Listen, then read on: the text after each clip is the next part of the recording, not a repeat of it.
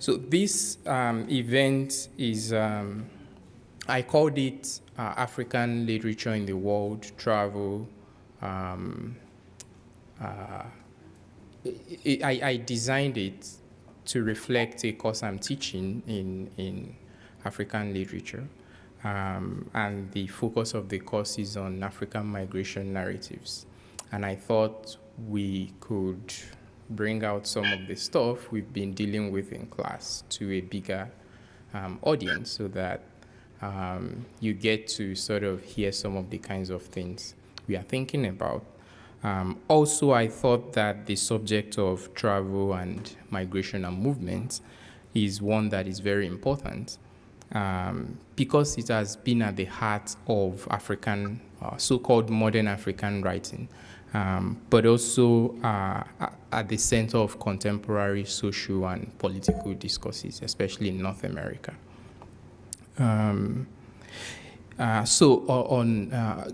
Unfortunately, one of the writers we invited will not be joining us in person, and part of all this is to have her participate somehow. And I thought that the theme of today's event also captures her not being here, right? She's not able to join us because she couldn't get visa to Canada. But thinking about this topic, there's this widely cited proverb credited to an unknown African community that loosely translates as "those who travel see." So I thought that proverb suggests that travelers are kind of worldly, cosmopolitan folks. And that there's something about travel that enables people with different ways of seeing the world or being seen in the world. But we know that seeing isn't such a very straightforward thing. So I'm interested in exploring what it means to see based on the experiences of travel. Whether travel indeed empowers the traveler with sight, if not blinds the traveler. What is gained and what is lost in the process of travels, and the relations of travel and art generally. So I invited my friends who are writers and whose works deal in different ways with the experiences and vagaries of travels. Unlike Emmanuel Iduma, whose book A Stranger's Pose, he says it's a book of travel stories. Ayobami Adebayo's novel, Stay With Me, does not directly address the subject of travel and movement in the conventional understanding of travel. But I also know that during the process of her writing the book, lots of travels went into that. For example, her manuscript moved from Nigeria to Kenya to the US to the UK to different places, right? And not to talk of the fact that imagination is a form of travel and the mind can take people in different places. So I thought we could have had that kind of discussion about what it means to travel and write and what it means to have traveling stories. So today I was hoping that we could reflect on some of the complexities and nuances of travel and writing, especially travel by writers who are unfortunate enough to carry with them the burden of Nigerian identities. One of such burdens is what I already hinted at. Ayobami is unable to join us in person because of this visa thing. Ayobami lives in Nigeria and works full-time as a writer in Nigeria.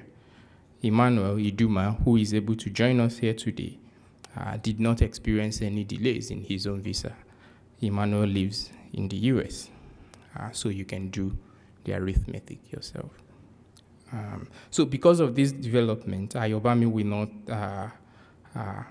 still insist that she wants to be part of this. And she will be reading. We can only hear her voice, but Um, so it's just the voice. This.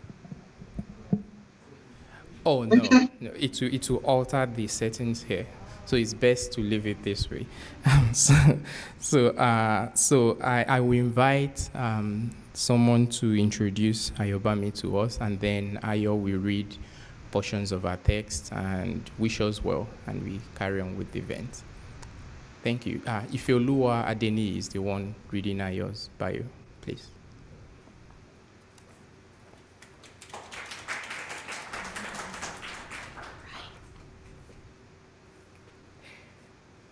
Good evening, everyone.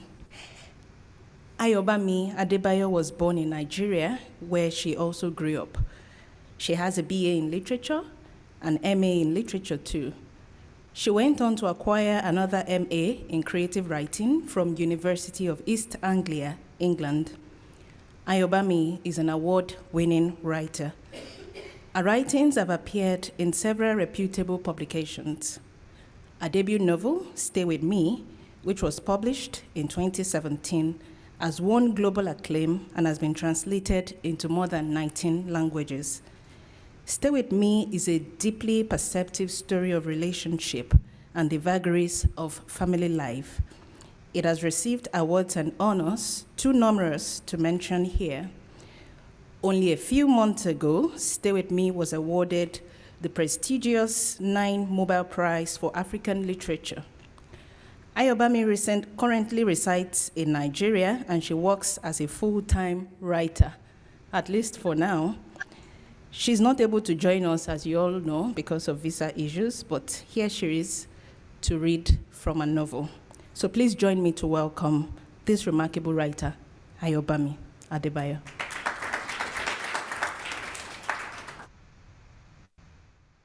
Good evening, everyone. I wish that I could have made it, but unfortunately, that will not be possible. I'm going to read from Stay With Me. I'm going to read from the very beginning of the novel, which goes with the theme of this evening's conversation around travel and movement. The novel begins with a journey with the protagonist, Yejide, who has been living in northern Nigeria for a number of years, she has now decided to go back to southern Nigeria, which is where she grew up, where she had lived previously. So I'll just go on and read from the novel. Just December 2008, 1. I must leave this city today and come to you.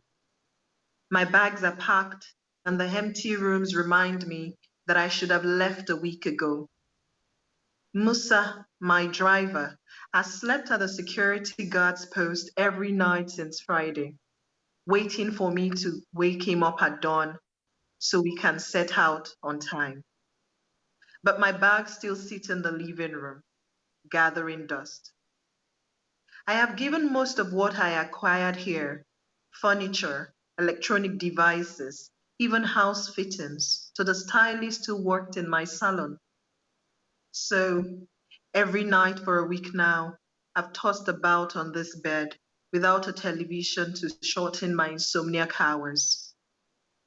There's a house waiting for me in Ife, right outside the university where you and I first met. I imagine it now, a house not unlike this one. Its many rooms designed to nurture a big family, man, wife, and many children. I was supposed to leave a day after my hair dryers were taken down. The plan was to spend a week setting up my new salon and furnishing the house. I wanted my new life in place before seeing you again. It's not that I've become attached to this place. I will not miss the few friends I made, the people who do not know the woman I was before I came here, the men who over the years have thought they were in love with me. Once I leave, I probably won't even remember the one who asked me to be his wife. Nobody here knows I'm still married to you. I only tell them a slice of the story. I was barren, and my husband took another wife.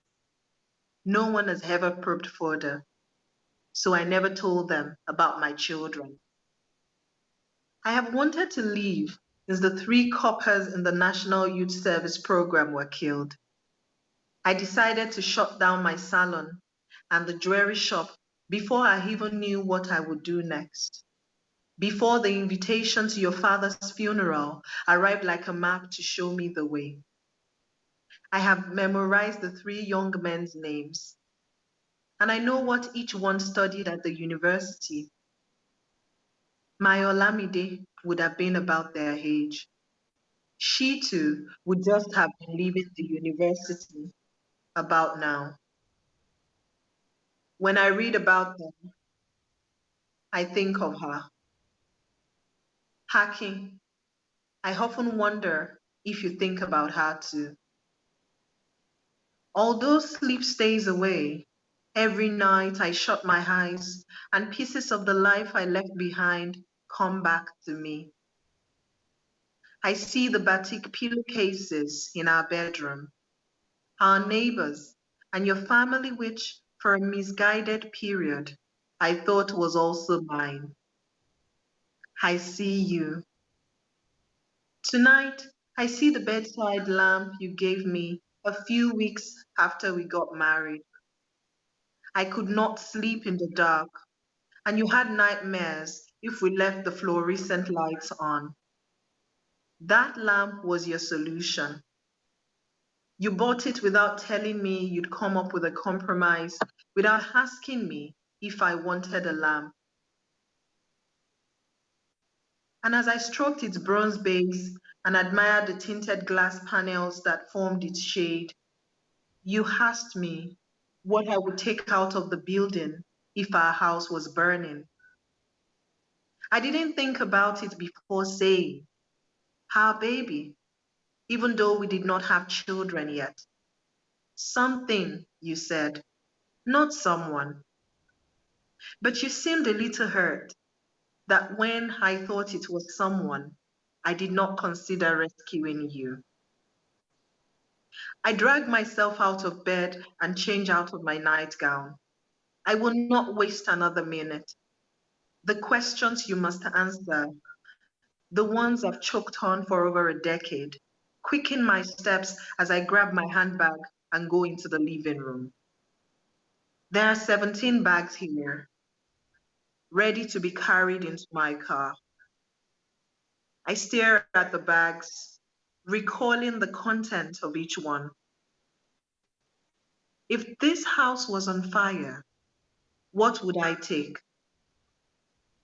I have to think about this because the first thing that occurs to me is nothing. I choose the overnight bag I'd planned to bring with me for the funeral and a leather pouch filled with gold jewelry. This is it then. 15 years here, and though my house is not on fire, all I'm taking is a bag of gold and a change of clothes. The things that matter are inside me, locked below my breast as though in a grave, a place of permanence, my coffin-like treasure chest. Thank you very much for listening and for your patience. I hope you have a really lovely evening. Thank you. So the second writer here with us, Emmanuel Iduma, was born in Nigeria where he grew up. Emmanuel wears many caps. He is a lawyer, a blogger, a photographer, a curator, a publisher, a writer, a university professor, a professional traveler, among several others. In Nigeria, when they say among several others, after a long list, it's just a very modest way of boasting. But in Emmanuel's case, it won't be a boast at all. After all, the US government recognizes him as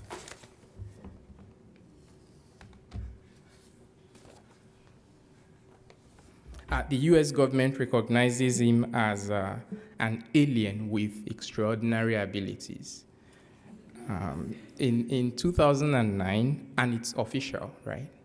So, in 2009, Emmanuel co-founded a literary magazine called Saraba, which publishes works mostly by Africans. And by the way, I'm one of the formidable editors of Saraba, right? Are you asking? Am I still an editor or? Okay. Okay. Emmanuel is a faculty member at the School of Visual Arts in New York, where he earned his MFA in art criticism and writing. Emmanuel has won several honors, too numerous to list here. He is the author of a book of fiction titled The Sound of Things to Come, which was first published in Nigeria as Farad. He is a co-editor of two influential books. One is Gambit, Newer African Writing, and the second is Limbe to Lagos, non-fiction from Cameroon and Nigeria. Emmanuel's most recent book is called A Stranger's Pose, a book combining travel writing, memoir, poetry, and photography. Emmanuel currently lives in the rough fringes of Brooklyn, New York. Please join me in welcoming Emmanuel Iduma to read from his recent book. Let me just clear this. It's a mess. Hi.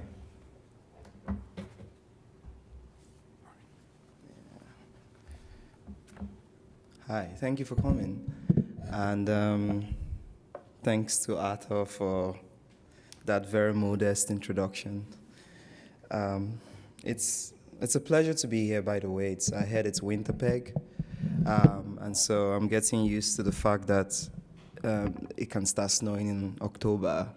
I didn't think that was possible. I'm certainly going to hope that we can have a conversation since a smaller group, and we could really just let this go the way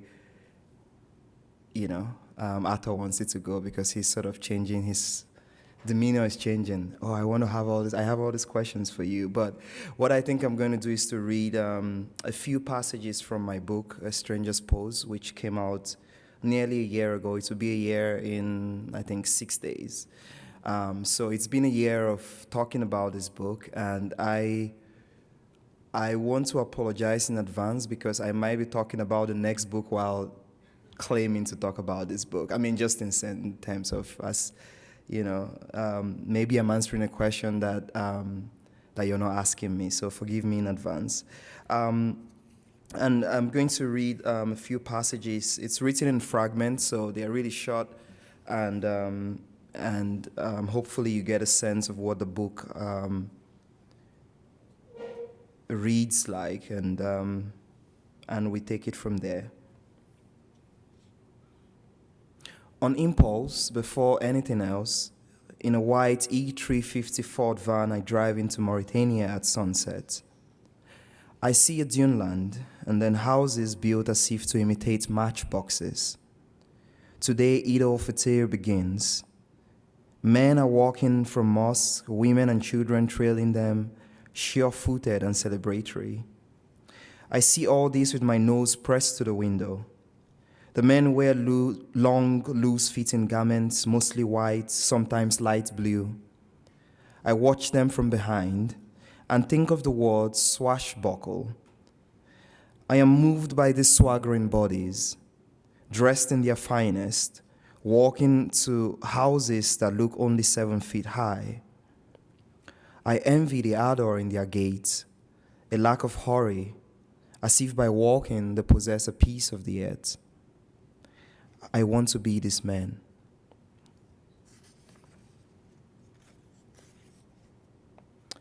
Awake or in a dream, faces and images and gestures from my travels return to me in great detail. Sometimes it is the wind, sputtering against the window of the car I am in, or an underfed dog rummaging through rubbish for a glinting bone, or a boat unmanned in the middle of a river seen from afar. I began to exchange emails with a relative who requested anonymity. My first email was a list of all the towns I had slept in during my travels, at least for a night. Towns in which I turned in my sleep, unsure of where I was, whether I was bathed in sweat or in tears, or if I lay beside a lover or a travel companion. I hoped, I wrote, that the cities appeared untethered to their countries, an atlas of a borderless world. In the first response I received, I was urged to recount stories of strange sightings, emotions, and encounters, remembered or imagined. Take me with me on your journeys, my relative replied. Let me go in your place.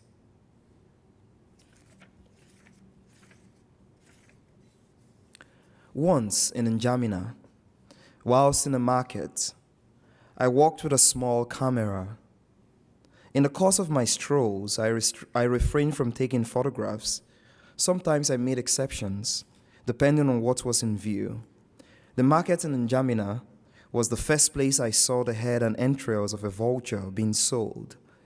For voodoo, I was told. N'Djamena is in Chad, by the way. A woman in hijab held a weeping man, patting his head, wiping his face, their legs sprawled on the dusty ground. I approached, uncertain. When I realized I had caught the attention of the woman, who had managed to calm the man a bit, I held up the camera for a shot. The woman's sudden scream jolted the man, and he became inconsolable again. I grew nervous when I noticed people pointing and circling me. A policeman appeared. I thought I might have been watched or was followed. The policeman pointed to the camera. I handed it to him without protest. He led me to a station I hadn't noticed before, about 50 yards behind where the weeping man lay. I was released 6 hours later following the intervention of an hotelier I met on my first night in Chad. The photograph had been deleted. I walked back to the market to make my way out. The woman in hijab still comforted the weeping man, who, in addition to being inconsolable, now threw dust from time to time at people walking past.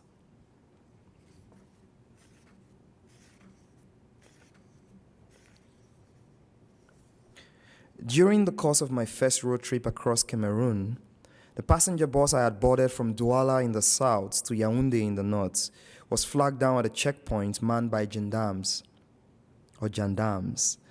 The driver, as the officials alleged, had certain documents missing and so was liable for a fine.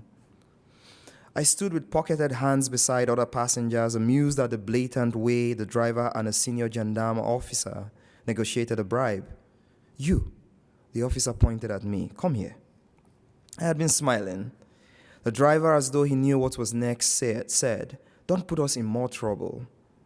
When I arrived in front of the officer, he instructed me to follow him to the station across the road. I followed with feigned ease, conscious of eyes that trailed me.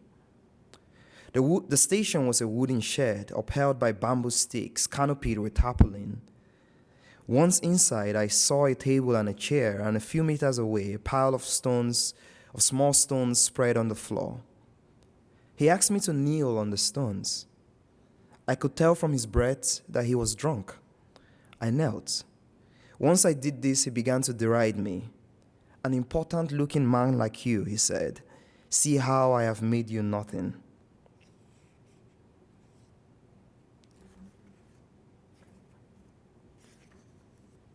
Okay, just have 2 more fragments to read and we can...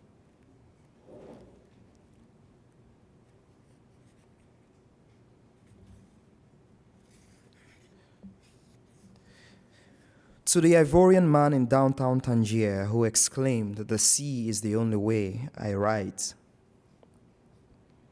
I recall when you wrote your name in my notebook. I have undertaken several comings and goings, and alas, my search for the page with your handwriting remains futile. Regardless, I persist in remembering how some letters appeared, uncluttered, standalone, singular in their possible meanings. O for an oval pebble gliding over waves, thrown by an enraptured child. E for an unhooked prison door. R for the silhouette of an unaccompanied woman who for the moment reclines on a lamppost, standing in wait. R again for a man who reclines on a wall in the Medina, waiting to be hired, unsure of lunch, unsure of tonight's blanket. For yesterday, while he slept in the open street, drunken teenagers pulled off the blanket and fled, screaming, "Negro, Negro." M for two interlinked figures lying on their backs, looking at the night sky. H for two friends who cling to a fence, one holding on to the other's arm in despair, both exhausted from being hit by batons. H again for beams that anchor the lower deck of a rescue ship where one unmoving body lies, foaming in the mouth. P for the curve of a child's head held aloft by despairing passengers as signal to rescuers. U for the arms of a man who reaches downwards from a wooden vessel to grab a child, raised by men wearing life vests in deep gray sea. O again for the circumference of a crowded boat, where amongst other things, faces rinsed with water from the sea, hands clenched in nervousness, eyes glancing sidelong at the photographer, I see a face managing a smile. I tried, trust me, I tried. But to tell you of all the photographs from the sea I consult in search of your face, what remains of it in my mind, the English alphabet seems garbled. So here's a dirge. If I could sing. To the poet who escaped into the desert for fear of his life, leaving his lover and son in Cameroon, I write. I learned from an afternoon with you how grief accompanies us separate from our beloved dead. Your dead are a son, a sister, and a brother, not counting other relatives, all dead in the 5 years since you've been away. Distance, the feeling of distance, is aggravated by guilt. You didn't tell me this, but I saw on your forward face a question, simple yet sempiternal. Why are the living separable from the dead? Why have I remained on this side? One day in Rabat, you sat in the Avenue Mohammed V and spoke on the phone with your fiancée. What about marriage? She asked you. I give you permission to marry someone else. Who else but you can describe the severity of failed romance, love annulled by an improbable future? Only those who have faced a similar uncertainty might dare understand. Thank you.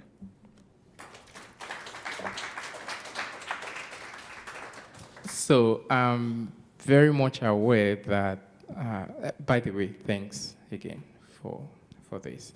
I think I really liked the somber feeling I got when I read A Stranger's Pose. There was, which I think is something about your work generally. There's this reflective figure who drags me in, and I'm kind of in this world of solitude where I have to reflect on very deep things that are very personal. And I thought this work took me in that kind of journey, right? But I know that there's a context to you writing this. Could you speak more to the project of this book? Yeah. So in 2011, I started traveling photographers across the African continent, or from Lagos to other parts of the African continent. The first trip that we undertook was from Lagos to Addis Ababa, and I just saw someone that I saw there 8 years ago who is in the audience actually, and I hadn't seen her since then. And the idea was to get on the road with other artists, photographers. I was coming in as one of the first writers who was going to walk on the trip as a writer, and the idea was that I would write, keep a daily blog of some sort, like a journal of our travels, our encounters, the people we met, the art organizations that we were collaborating with, and on like that. And so I did that trip from Lagos to other parts of the world, really, because the third trip was Lagos to Sarajevo, which was a trip of 5 months in 2014. I only participated in 4 of those months, but it was enough time to, basically decide never to do that kind of trip again. But I did it again, actually. I traveled within Nigeria in 2016. So all of these trips informs the writing of this book. So what I was thinking about was how could I write in some way a second draft of my travel log, so to speak, because I had been asked to participate in order to write while on the trip. So I had done some of that writing. But I was going to, I felt it didn't feel resolved in a sense, right? There hadn't been time to reflect on the most essential, I guess, encounters that I'd had, the most important for me, because this was also a formative trip. I started traveling when I was 23 years old, so I was pretty young. I hadn't left Nigeria. Maybe I just left Nigeria once, so I hadn't really traveled outside of Nigeria before those trips. And so it changed everything about how I saw the world, for sure. It also made me interested in photography, not necessarily as a practitioner, of course, because I work with photographers and take some photos. I'm generally always considered a photographer, and I always like to say that I'm not. Just because, I try to make the distinction between people who take the practice very seriously and myself. Anyway, this formed the background and the context for this book, right? Because I came back and between 2014 and 2016, I was essentially trying to articulate, the most important moments for me in that journey of about 5 years, in a sense, Yeah. I can say more if you want. I know there are things you touched on that I scheduled for later on. Yeah. So You can come in, actually. There are some people at the back. Sorry. So on the subject of travel and writing, in 2018, you wrote an essay published in Lit Hub. You said, or you wrote, travel writing by a Nigerian who travels in parts of Africa is a means of repair, a way to participate in a genre that historically speaks for, rather than with or even to me. And you wrote further, while writing A Stranger's Pose, my book of travel stories. But you read this thing, my book of Bible stories, when you were young? Yeah, my father was a preacher, yeah. Okay. I remember my book of Bible stories and all those exotic images. I liked those images, and there was that imaginative kind of travel. So I found your use of the phrase, my book of travel stories, profound. So you wrote, while writing A Stranger's Pose, my book of travel stories, I was attempting to situate it within a broad mongrel genre. What do you mean by mongrel genre? Dog? Yeah, so I mean, we are, of course, dog, right? I think I first found that word used in the sense of books in a book by Michael Ondaatje called The Collected Works. What? Not that. But it could also be a mongrel book, actually. But he described, I think, The Collected Works of Billy the Kid as a mongrel book.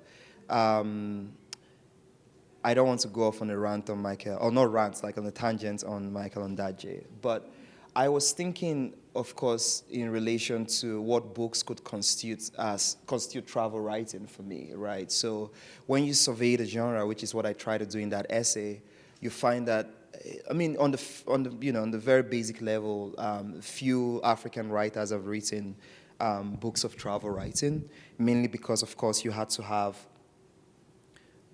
some kind of funding, let's just put it that way, to travel in the way, say, Paul Theroux traveled around the world, right? And I'm not necessarily suggesting that, and as I say in that essay, I wasn't suggesting that only African writers could write about Africa, because then that becomes problematic. You quickly enter into a slippery slope where, no one can write about any part of the world if they are not from there. And then literature becomes almost like this form of nativism, so to speak. And that's not what I was suggesting. But I was thinking, when I was writing the book, when I finished the book, and thinking about how to, talk about it, right? You always have that challenge, right? How could I talk about this book? I realized that actually there was a paucity of books by African writers that were doing the kind of things I wanted to do, right? So I had to reach into other genres to think about what can happen when I blended travel with art writing, or when I sort of combined the notion that one could write about the experience of being on the road with the fact that I was looking at photographs while writing this book, right? So that's what makes it a mongrel genre. And that's also what, in a sense, makes it feel like I'm contributing to what African travel writing, as actually they call that essay, can be, right? And it can be a very expansive genre, more than simply white writers coming into the continent and returning to write about, their experiences of being heroes in all these places that they travel through. Meeting natives. In fact, while designing the African migration narrative course, it occurred to me that your work and maybe one or two others are the only ones that I know that deal with the African traveler within Africa itself. Largely, we have works showing African travelers in the West and the kinds of experiences that kind of journey brings. So it's like kind of a revolutionary thing to have this, and I was wondering whether you it's a very fraught genre in the sense of the history of colonialism and colonial travel writers who kind of exoticized African peoples and all that. And I wondering if you had that in your mind while you were writing, especially when you are processing your work through photographs. Yeah, I mean, the first thing I tried to do was to make sure that I wasn't carrying any burden of a response. I wasn't going to talk about being an African and how, Africans also do all the things that, normal people do, or like people in the Western world do. That I'd moved on from there, my thinking. I'd sort of assumed that there was no way I could, and I always think about it in this way, cede my subjectivity. I didn't need to say anything besides the fact that I am a witness to being in this moment, simply, right? And the book has very little sociological, excursus, about any person I met or any place I visited. It was simply, once in N'Djamena, this happened. In Rabat, I met this person. And most times, I shied away from making any descriptive statement, which is what you find in classic travel narratives, where you're not only passing through the town or passing through the city, you're also telling people the characteristics of that city, so to speak, which I actually, I don't think there's any problem with that, right? The history of the place, how people generally behave in that place. That's what travel writing was supposed to do, to bring news of the world to people who could not travel, or to bring a slice of life, right, to people who could not travel, right? But I imagined that what I was simply doing was to be a witness to, in a sense, the mundane in the places I visited, right? So I am a person who is carrying my own desires and my own questions into all of these places. Yeah, I think your work is very impressionistic. It feels like you are not trying to inform me about anything, but to get me to experience something for myself. Yeah, from absolutely. yeah. I mean, there is certain, I mean, it's also that I'm evolving as a writer. I think that there are projects that I'm taking on, and in a lot of my art writing, I'm thinking a lot about informing, right? Even though there's always the pretext of the impressionistic, you know, anything I write, but I'm also questioning that, right? Because I don't want to, you know, as I was saying today in the workshop, I don't want to sort of have, what's the word? I don't want to keep walking in a particular way because, you know, it becomes a cliche for me, right? So if this is the only way I write, I need to think about how I can push that, right, in my own thinking, right? So if the next series of trips that I'm going to do as a professional No, traveler. don't go to that yet. Okay, okay. The next question I have is Yeah. just following Jesus. from this. You are in trouble. So in Let me just drink my coffee. in A Stranger's Pose, you listed as one of your influences Amos Tutuola's works. Yes. Amos Tutuola was this Nigerian writer in the 40s, 50s, and some of his works were well received, especially in Europe, and very unique for the kinds of English style that he used. But then you cited particularly his second novel titled My Life in the Bush of Ghosts, a book about humans journeying in the world of ghosts and spirits, right? So do you consider your travel writings as reflecting this sojourn into ghostly worlds?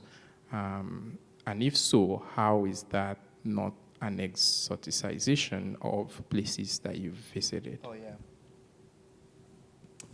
Well, the exotic, I don't think there's any, I mean, I feel like you can also reclaim language. So I don't necessarily, I wouldn't, it's almost like saying the romantic, and people say, I don't want to be, I'm certainly very happy with being a romantic in my writing. And the exotic is related to foreignness. I mean, in some senses, that's what it means. So I could easily say, no, I'm not exoticizing. But really, there is the foreignness that I'm trying to, in a sense, define and think about, right? What does it mean to be foreign in a place? What does it mean to look at a place and feel suddenly that, you know, Dakar is the most beautiful city I've ever been to? It's probably not. But there was a certain kind of beauty that I experienced or that I sensed in that place that makes me return. And every time I tell people, you must visit Dakar. You know, it's the most, you know, the best city in the world, yeah, along the West African coast. So I want to sort of, you know, say, yeah, maybe I'm exoticizing, but that's not. I'm not going to quibble about that. But now, more importantly, Amos Tutuola. When I was thinking about, I think I started thinking about him in relation to my work when I became interested in spirit photography, and this was a movement in, I think, the late 19th century, early 20th century, in which people would try to basically use the medium of photography to invoke the dead. That's one very simplistic way to put it, but in a sense, there was some connection between spiritualism or spiritism and photography. And then I read I read something. First thing I read was in Ben Okri's. Actually, I still have your copy of my own yeah, book. your copy. You stole yeah, it, I right? stole it. Yeah, I have your copy of the Famish Road.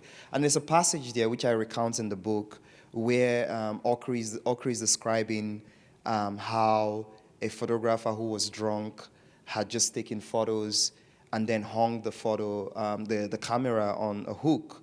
And then, you know, because of the flashes from the camera, spirits emerged from the camera. And they were so dazed by the idea that, you know, people could make this, you know, this very strange thing called photographs. And I started thinking, this is interesting. And then I read a story of Amos Tutuola trying to find a publisher for, I mean, a manuscript that didn't survive as it was proposed, but it's somehow the first draft of some sort of my life in the Bush of Ghosts. And so he finishes this this book or this manuscript, and he writes Focal Press, which was known for its photography books in the UK at the time, in the late 40s, I think, or early 50s, and writes them and says, actually, maybe 56 or something like that, and writes them and says, I just completed a manuscript about ghosts in the Nigerian bush, and I have photographs of the ghosts. And the director of the press said, "Oh wow, that's fascinating. Can you send me the manuscript?" And he sends the manuscript. And basically, what he had done was, in addition to the manuscript itself, he had drawn the ghosts, or someone had helped him draw the ghosts, whichever is the case, and took photographs of those drawings, and sent it in addition to the manuscript. And of course, you could read that in all kinds of ways. It could just be like a rookie mistake. It could be all kinds of things. But immediately I identified something in Tutuola's thinking that was not limited by genre. Like, he was thinking, I could illustrate ghosts, and it could pass as as real ghosts, right? I'm not just making a leap in my imagination. I can say these are ghosts, and they become ghosts, right? And so he comes in, basically, the long story of how he enters into my thinking as someone who was not hampered in any way by genre, right? And of course, when I started reading My Life in the Bush of Ghosts, which is it's a travel story. It's simply, as I summarize it in my thinking, it's a story of a guy who gets lost in this bush, keeps traveling for years and years. He enters into the bush as a boy. By the time he comes out, he's a young adult or some young man. And then, he goes through all kinds of, the vagaries of the road, all kinds of difficulties attend his, journey in the Bush of Ghosts. And he keeps wanting for home, right? Longing for home. I left this place. I didn't know how I entered the Bush of Ghosts. I want to return home. And then finally, he gets home. And guess what is happening? He's thinking about going back to the bush, which, anyone who, life of travel is one in which you're traveling and you're projecting your journey against your nostalgia, for home, and how you don't want to be, you're just sort of tired of being a foreigner. And then you get home, and all you can think about is going back to the road. When I read your interpretation of that, it made me think, which was a kind of feeling I got reading your work. As much as I would have thought travel writing helps to familiarize a place far away, to me, as a reader who hasn't been there, your work estranges me from those places, right? So I feel that... I'm sorry about that. No, it's not a problem. It's a kind of an experience. So the places you described in your work are places that look stranger to me after reading your work. And I feel that probably there's a deliberateness to that, right, to estrange. And I felt, the title is, after all, A Stranger's Pose. So travel is what enables you to recognize your strangeness in places. Absolutely. You become a stranger in the process of traveling. And then in writing that, you are writing your own estrangement, right? So those places become strange places as well, right? Absolutely. I completely agree. So you agree with my reading? I completely agree, okay, great. Absolutely. My next question is on boundaries and borders. So I think that your work appears to speak against a world that restricts movements of people using borders, be it physical. You talked a lot about the language border. So, for example, in a part of the book, you wrote that you hoped that, in fact, you read from that portion of the book, that the cities you describe appeared untethered to their countries, an atlas of a borderless world. And you used the exact same expression when describing a work by Tejuko, I think. So do you consider A Stranger's Pose as providing a kind of an atlas of a borderless world? And if so, what are the contours of this atlas? Yeah, that's what happens when a professor asks you a question. The first thing to say is, and it's of course deeply considered, and that's what I meant, not that. So in the middle of the book, you have this very, I guess, a mapless map, and it's really just trying to connect all the places I traveled through without, basically to enact what he's pointing to that I describe as an atlas of a borderless world.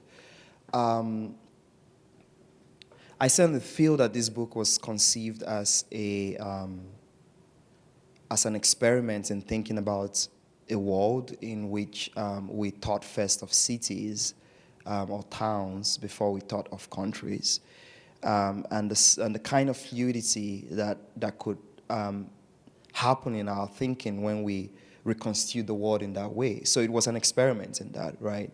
I'm not naive to think that people can travel without passports, right? It's very complicated at this point in the world, and I feel that a lot of, I'm not certainly just simply going to idealize the idea that one can travel without passports. But let's suspend this belief and cynicism, for a while, because part of my thinking is to make sure that I distinguish between skepticism and cynicism, right? We can certainly be skeptical about the world, but I feel that it becomes dangerous if we're cynical. Maybe it's just a language game, but my skepticism, about the current state of how the world is organized led me to start thinking, okay, how can I propose that if just simply by reading my book, right, one can get, I can propose through this writing a different way of constituting the borders in the world, right? And what then happened was a book in which, as I said earlier, I wasn't restricting the thinking to the sociology of a place, right? Because that's also one way in which borders become reinforced. To reinforce a border, you have to emphasize the differences, right? You have to talk about how, because there's a pattern of Nigerians not overstaying their time in the U.S., then every Nigerian is subject to a different kind of scrutiny, if they're trying to get into the U.S., and on like that, right? But when you stop thinking about, the nation state as the starting point for organizing, the world, right? I feel like something a little bit, something that's, that's rooted in the everydayness of human encounters, right? The fact that, for instance, I am as much a stranger in Benin in Nigeria as I am in Addis Ababa or in was one other place I visited, Casablanca.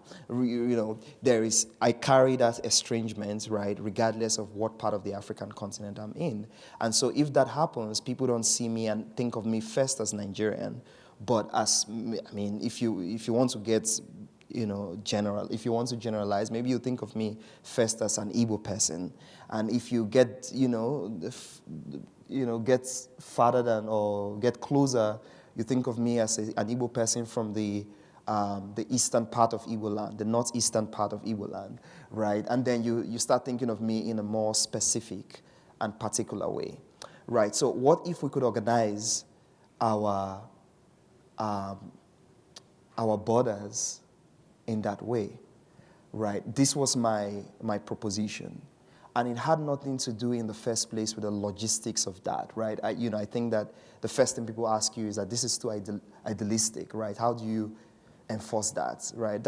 Maybe we should think about it in a different way, as a poetic gesture, rather than simply a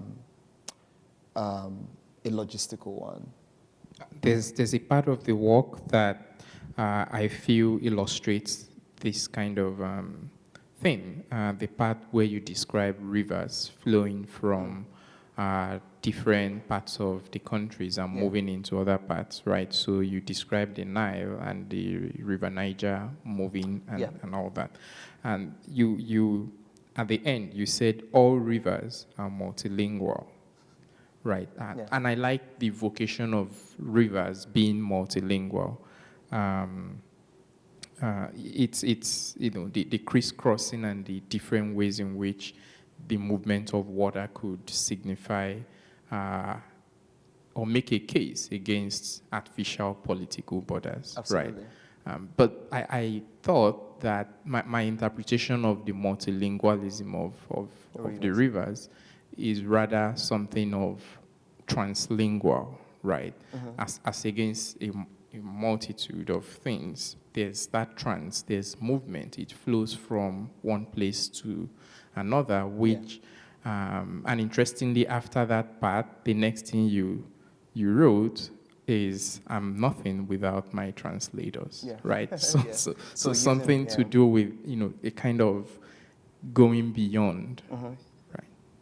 Yeah, I mean, I certainly was stuck with familiar grammar, I guess. I mean, I certainly would have used translingual instead of multilingual if I'd averted my mind You to can that. rewrite the book. Oh, yeah, well, Okay, so to photography now. Yeah, this is second to the last, so that I get people to participate. yeah. So I'll just go to the one I think is the most important, and that is you. So it seems to me I like what you did with photography in this work. Many of the photos don't illustrate anything you are saying, which is interesting. Makes my case that the work is very impressionistic. So my guess is that you favor the notion of photography as something close to what Roland Barthes describes as the punctum factor, right? The affective thing, that thing in photography that jumps out on you and gets you to whatever, have this experience, right? So my question, I think, is what's photography to you and why does it matter in your travel works? I mean, in a very basic and hopefully not simplistic sense, when I was stuck, right, when I started writing this book, and I tried to write it as a fictional, travel book in a sense where I was inventing all these characters who had traveled through the places I traveled through, and it wasn't working.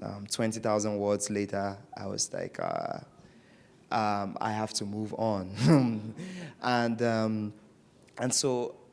What I started doing was to then think about the fact that I had traveled with photographers, and many of whom were photographers I then started working with and whose work I admired a lot, like the photographer whose work is on the cover, David L. Petros.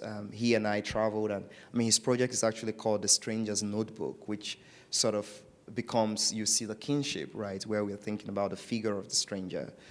And so what then happened was that I would look at some photos, right, in a very, in a punctum kind of way, in an evocative kind of way, and something will be triggered, right, a memory will be triggered, which, in the first couple of times it happened, it was very bizarre, but then I realized that this was the instinct, this was my instinct kicking in, right, this was the photography helping me, in a sense, to write the book.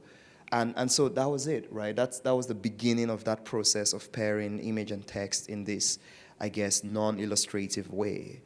And of course, once you start doing that, the danger generally is that you can get too impressionistic.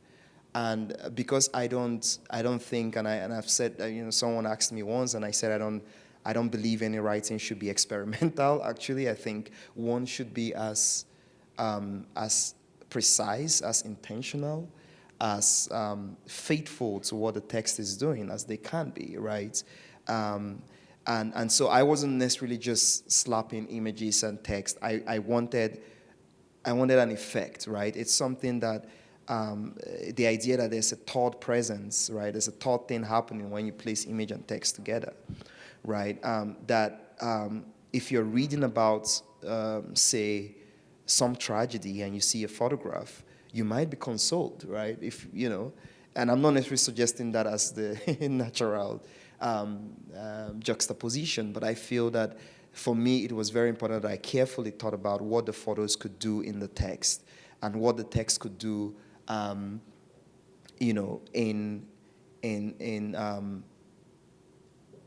in correspondence with the photographs.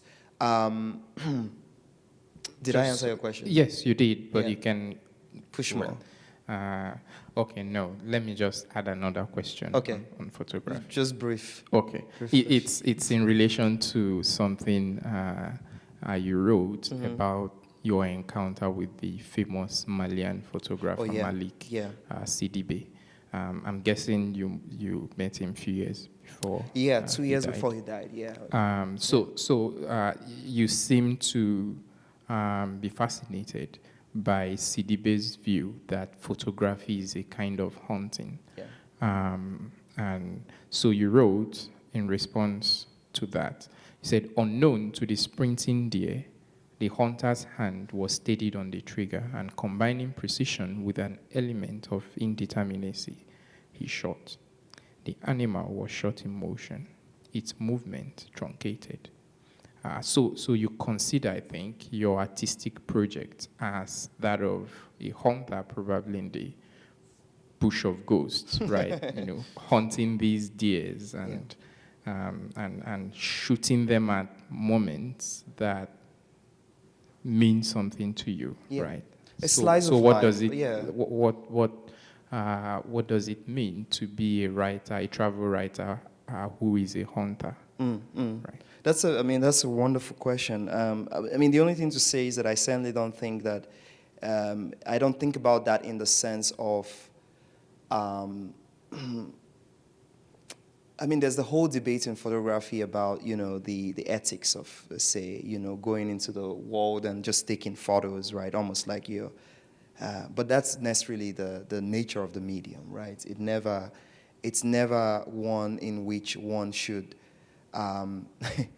it basically faces the world, right? And the question then becomes, how does the photographer, what is the photographer, how are they managing their bias, right, when they're facing the world, right?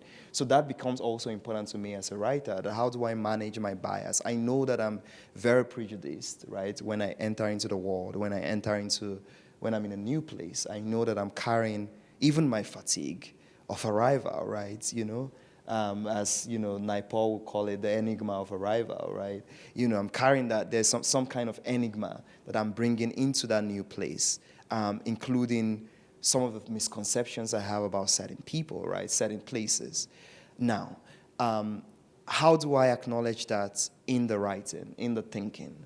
How do I, as you mentioned Teju Cole earlier, how do I, as Teju Cole said, think constellationally? Right, that even though when I write about the suffering of people, I'm also using an iPhone which is probably made from, the suffering of people, right? So one never wants to behave as if there is one moral position that can account for, that can make you safe from all the possibilities of,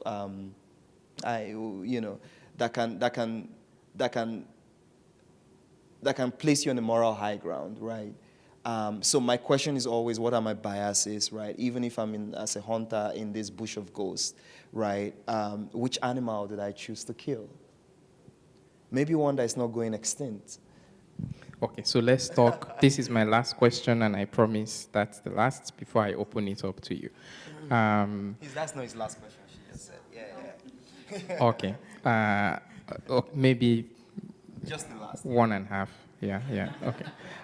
But yeah, just a follow-up from what you said last. The kinds of animals you or whatever. Maybe it's not even an animal now that you hope to shoot at in this bush. So you're towards the end of this book, A Stranger's Pose, you return to something that signifies loss. And I think different parts of the book, there's this love, loss, I don't want to go personal, but I wanted to know more because I also know you, right? So it's interesting. I said, oh, so Ima has feelings.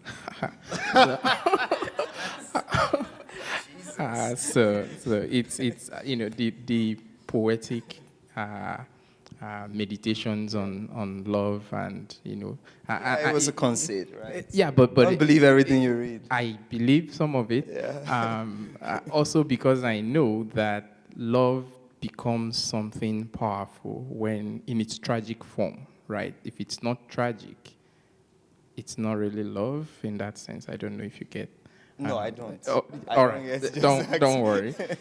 But in this sense, which Yeah. is exactly what the point I'm also trying to make here, Yeah. you are on a different kind of project. Probably not too different, but the project to recover something lost in the past, very traumatic moment in Nigeria's history, the Biafran thing, which I'm very much interested in. Yeah, so you are returning to this moment. Your uncle, whom you are named after, you believe, and who got missing during that terrible past. You are now on a search. What are you looking for, really? It's a very personal thing for me. Each time I try to go into the Biafran thing on a personal level, I return to an experience I had when I was, say, 8 or 9 years old. There was this woman in my primary school then who used to sell agidi. You know Yeah, agidi? Okay, yeah. It's a delicacy I don't in think they know. Nigeria. So then I wouldn't have school fees, so they would chase me out of the school, and I would then hang around with her to help her carry her stuff and then eat agidi. And during break time, they opened the gate and pupils would come out to buy this agidi. So after break, nobody was checking for who had paid school fees or not. So I used to enter school in the afternoon. So I was hanging around with this woman. And then one day, and I used to help her drop her pan on this metal thing stuck in the ground, right? But one day, probably fortunately, I was inside. And then we heard this explosion, right? And I came out and saw this woman's body spread everywhere, right? And then parts of the body moving, and that image remained firmly and strongly, right? So the thing we used to drop, the pan, was one of the landmines left during the Biafran War that wasn't detonated. And then it detonated that day. And this woman, I recognized her because it was her clothes, and then I saw agidi everywhere. But that was my last day going to that school. I never returned to the school, and my mom never knew, right? So Biafra, each time I heard the word and I wanted to do something personal, that I returned to the scattered body parts. So what are you looking for there? Jesus.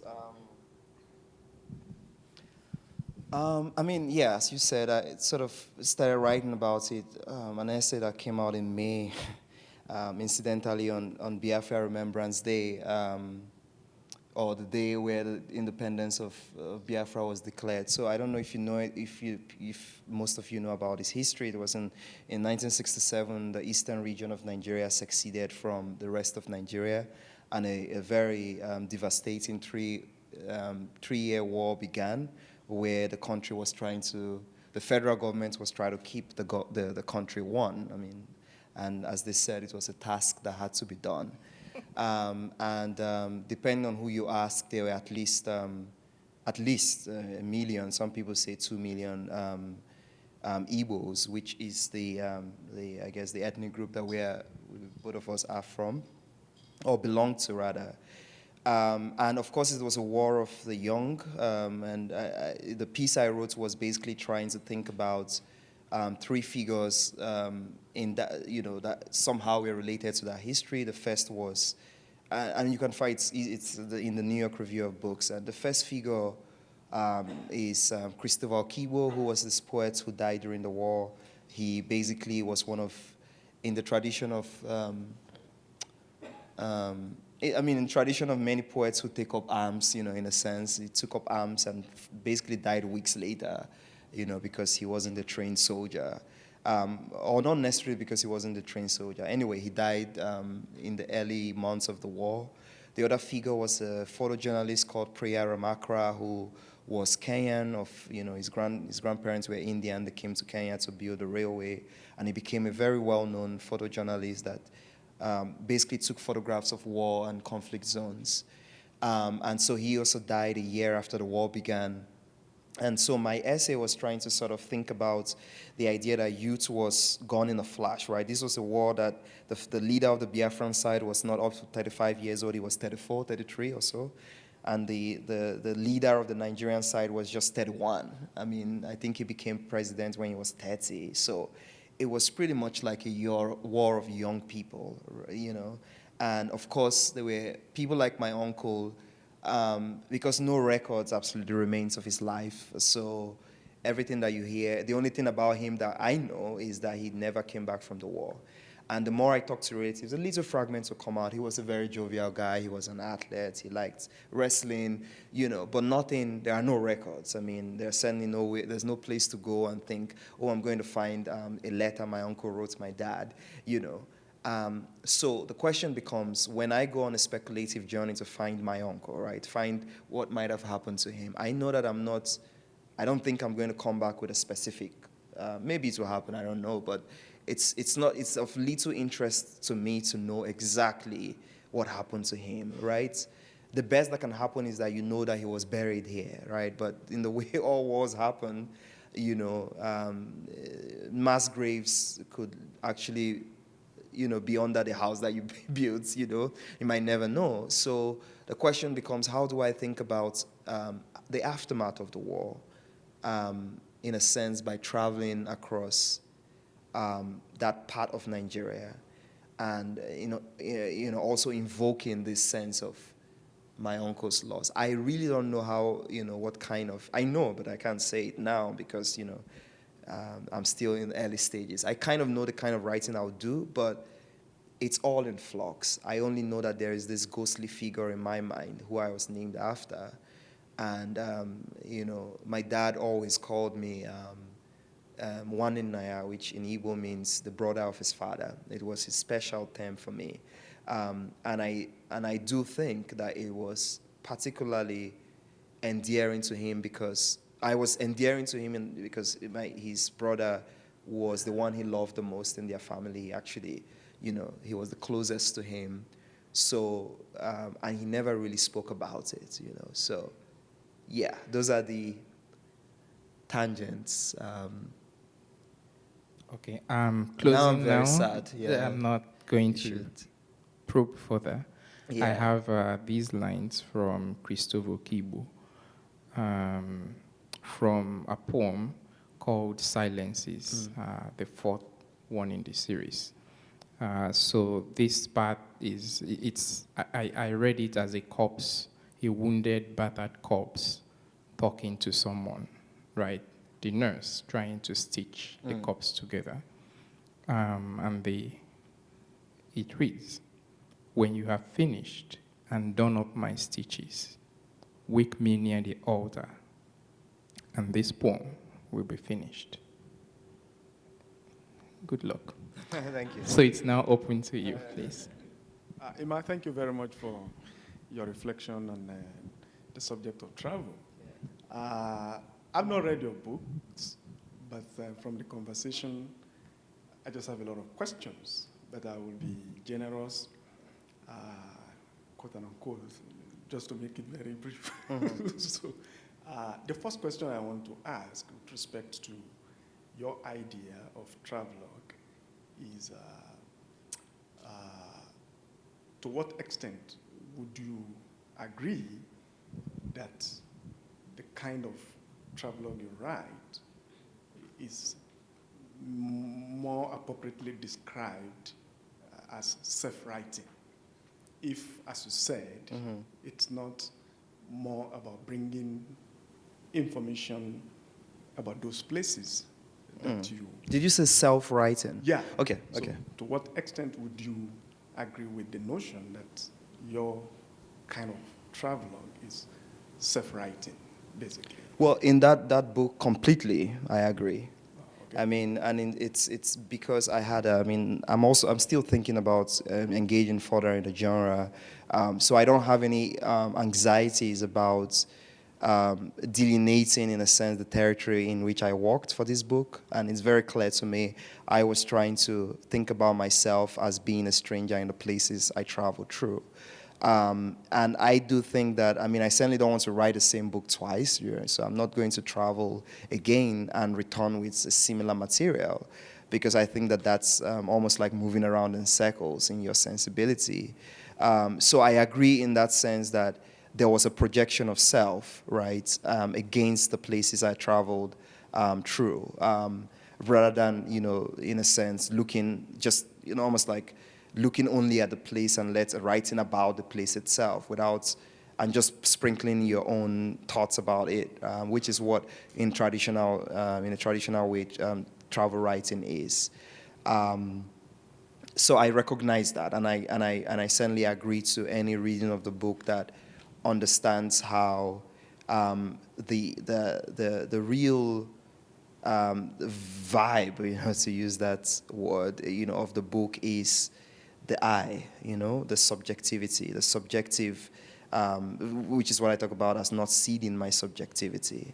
It was very important to me for that book. Now, but I'll just qualify that in very briefly to say that one of the stories or anecdotes that actually matter to me a lot is one given by this French writer, Emmanuel Iduma, who is known for what he calls his nonfiction novels. And he was asked a question about his use of the first person. And he said he always thinks about, in relation to his use of the first person, he always thinks about a moment he observed, which was a little girl and her mother. And as mothers tell children, as mothers tell sons, when you behave wrongly, they say, put yourself in the other person's shoe, right? Which is also what we as adults even say to each other, right? And the little girl, because you're the smartest when you're young, says to her mother, but if I put myself in their shoes, where do they go to? And so he said for him, that's what it meant to use the first person, to always acknowledge that even if you are putting or inhabiting, the position of another with your own subjectivity, the question is always to acknowledge that you cannot take them completely away. So all of that for me meant that it was how my life entered into that of others that mattered to me. So there's always, in a sense, that I don't know whether it's concave or convex now, but the one that bends the intersection, right? So I start with myself, in a sense, of what I'm feeling and thinking at that moment, and start figuring out where does it enter into the life of another. And I feel like that's a very simplistic way to put it, but yeah, that was. Yeah, just let me ask you one more. If I have another chance, I would ask. Okay. The third and the fourth. but yeah, while you were talking during that conversation, what kept popping up on the screen of my mind was this question of travel and racism. And how do I mean?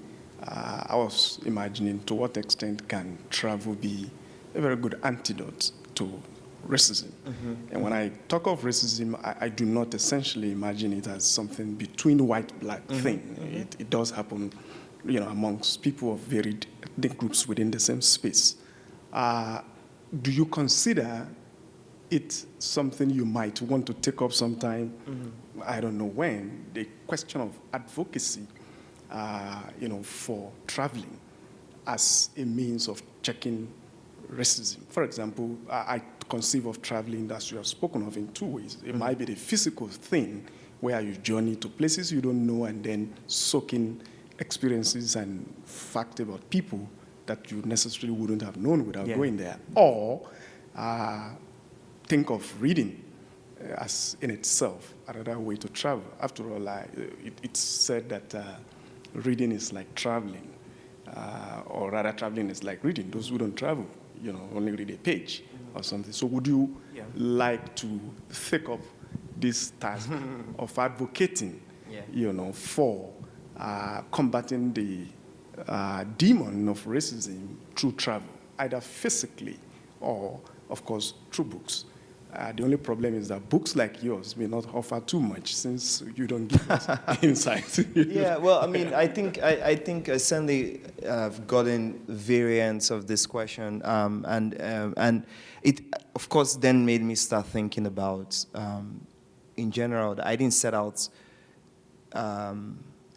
in a sense, as an advocate or as a, an activist of any sort, right? And not because that work is not important, but I always felt that mine was always, I was always unsure.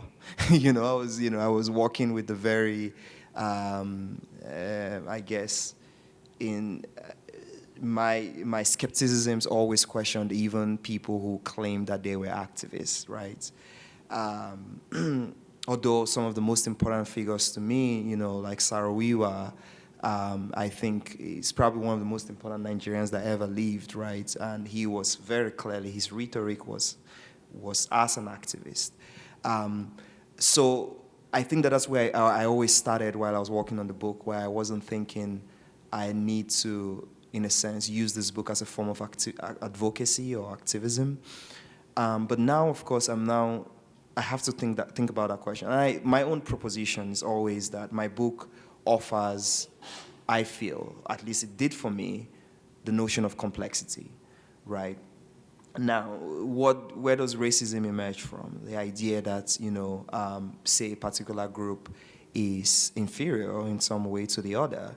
And why do we think of one group as inferior to the other? Because we think that certain features, certain, ways of acting, necessarily make them inferior. So we're essentially saying we are terrified of difference, right? And as one way to also think about it, I think this is from Toni Morrison's book, The Origins of the Other, is that she thought about the fact that what you are looking at as the other person, where you feel, oh, this person is inferior to me, is because you're terrified of something in yourself, right? So the only antidote to that kind of thinking is to offer complexity, to offer the fact that, an African person traveling within the continent, right, can experience life on a very basic, non-political, let's put it that way, manner, right? Although, of course, everything is infused with, the histories of politics and the histories of colonialism and the strategies of decolonization. All of that is infused in any gesture in the African continent. But just to take as a starting point, the idea that as an African, I don't need to be burdened with that, right? I can simply... and I know how complicated this argument is. We don't have time, but we can talk about it in person because, But the point is that my proposition is always think through complexity, and if I can introduce complexity to a non-African's mind about the continent, I think that's a form of advocacy, right? And of course, I also write about the fact that in Mauritania, because there's centuries of enslavement of dark-skinned people. That's how they prefer to say it, by white-skinned Arabs. When I went into the space, I felt it immediately. The work I did in response to it was to wear this flowing gown and behave as if I was one with that place, and that elicited all kinds of responses. People suddenly looked at me in a very different way, right? Like, oh, are you looking for the mosque? That's the mosque, which was a very cheeky response. But the important thing was for me to imagine belonging in that space, right? When I had immediately felt that people who were dark-skinned in Mauritania were being treated as inferiors. Most of them were either working as dishwashers.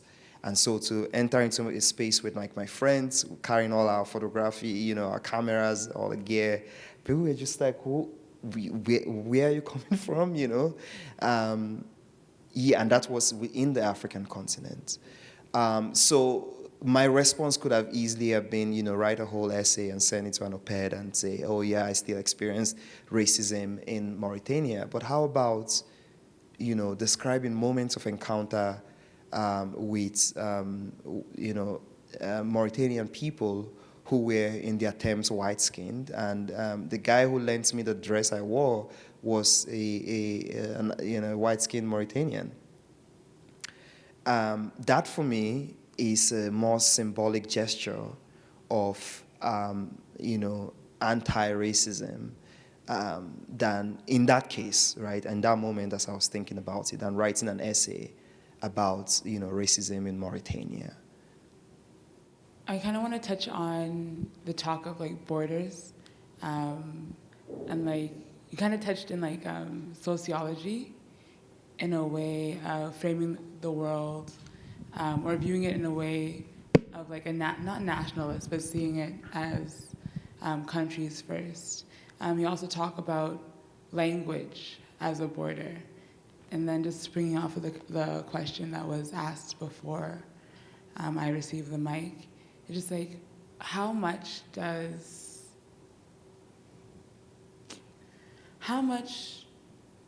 your view of the world impact the frames that you create within your works? And then how do you create those impressions and that framework without shoving ideology down like your audience, like onto your audience? Yeah. I mean, I certainly, in the first place, just to speak very practically, digest as much information on, say, political history or theory, if I'm writing about, say, photography, for instance. Anything I'm writing about, I digest a fair amount of, more, let's say, sociological material or political material or historical material. So I'm writing against that background. And I always have imagined that my writing is fitting within, of course, like a larger context, right? It always fits within a larger context. It's always a voice as part of many voices. It's always, multilingual and translingual, at the same time. And it's especially because my chosen medium is narrative, right? That's really what I need to say. My chosen medium is narrative. And what I'm trying to get to is how do you begin with feeling and then get to thought, right? It's for me, that's the order. Right. As someone said, how do you move? I think it was Paul Valery. How do you move from metaphysics to invective? Right. From like very, from feeling to thought, essentially. And it cannot be the project of just one book. It can't be the project of just one essay. It's when the work is taken in sum that those true lines begin to appear, that those models for living in the world, begin to appear, right? And when you think about, all the writers that you admire who are now, moral forces, who their work has some kind of what people call moral. That's what was said about Toni Morrison when she passed, moral stamina, right? What did she do? She wrote novels, prominent and predominantly, right? A form that, one could argue, most novelists will tell you they're not trying to make a point, they're trying to present to you the life of people, right? But then at the end of her life, she's been talked about as one that is a moral force, right? Because in the range of the work that she did, one can begin to sense, some kind of position that she took, which was, what does it mean to be black in America? Those are unfinished questions. And she contributed to the response to that question, because it's a question of the imagination, and it can't be addressed the way, the WHO addresses the Ebola crisis. Yeah. So if I were an official for a health organization, and I'm making this leap that is probably not related. If I were an official for a health organization, my mode of address would be completely different. My language would not be as interested in complexity or subtlety or nuance or the understated, the subliminal, all of that. My language wouldn't be as invested in that. But I'm a writer in the first place, and I'm one that is interested in narrative particularly. So everything I do is inflected by the question of how can I get someone to feel, right? Because I think most people feel first before they think. I think that that's the order in which we live our lives, in a sense. We start with feeling, and I'm not saying necessarily that the two cannot, coexist, but I do think that when you wake up in the morning, you're reaching for a glass of water. Your body is, as someone said, faster than your mind. A non-answer to... Yeah. How much more time do we have? 5 minutes. Oh, wow, okay. You should have stopped me. I kept talking. Well, I know as a writer you have been to several places, so I'm interested in knowing what home meant to you. Huh. So invariably I'm asking, where is the travel writer's home?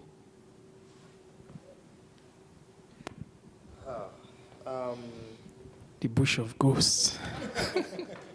I've been answering this question, and every time I change my mind about it, And when I started answering this question as a writer, when I was younger, I would, just, talk about how home is not soil, is not soil but soul, which is a phrase that Picoya uses, or how, what matters is the home you make for yourself within rather than without. And then, a few things happen to you. First of all, you move from Nigeria, right? You move from a place that you've known all your life, right? As that's where you were born. You move from there, you move to a country that is, at least you travel in the same direction as slaves, in the first place, like people that were carted, which is, and as someone made me realize once, that's every time you cross the Atlantic, you're in some way, not in the same severity, of course, but that's what's happening. You're undergoing as a black person that journey. I just took a tangent now, but I wouldn't get so far. But you move to a new country, everything sort of starts changing, right? You suddenly have things you love about New York, you start drinking more coffee, become an addict like Mr. Ayaduba. And also, you stop eating all the foods. I mean, the food that used to matter to you doesn't matter anymore. You eat a lot of salad, all the things that you wouldn't eat at home, right? And you recognizing yourself that something is changing, right? You have friends, you have adopted family in this new place. Suddenly, you're no longer thinking of home. You're thinking of your home. It's like home has split. Your family is back in Nigeria. You know that every time you see them, there is a form of recognition that is impossible anywhere else, right? But there's also a form of recognition that happens when you enter into, I don't know, like you meet, you become friends with someone that is a writer, and you have a particular way of relating with the world that is similar, that your family would never understand. Your family only prays that you do well. But to talk about, the vagaries of the journey and the bush of ghosts, that's not important. But you know that if something happens in your family, right, which happened for me recently, where suddenly, a place that I had always considered as, this faraway hometown, right, where my family is from, began to matter in a different way. Not that I visit there regularly, I could care less about visiting, but because, someone is buried there. Suddenly you know that your life would always, in some way, be connected to that place. And so the simplest way to answer this question is to say that part of what happens after much traveling is that home splits in all kinds of directions. But what also happened, and this is my own story, is that home has taken a very concrete form. As far as I'm concerned, the most important home to me at this point is where my family is, right? And I think precisely because most of my family, all of my family actually, all my nuclear families is in Nigeria.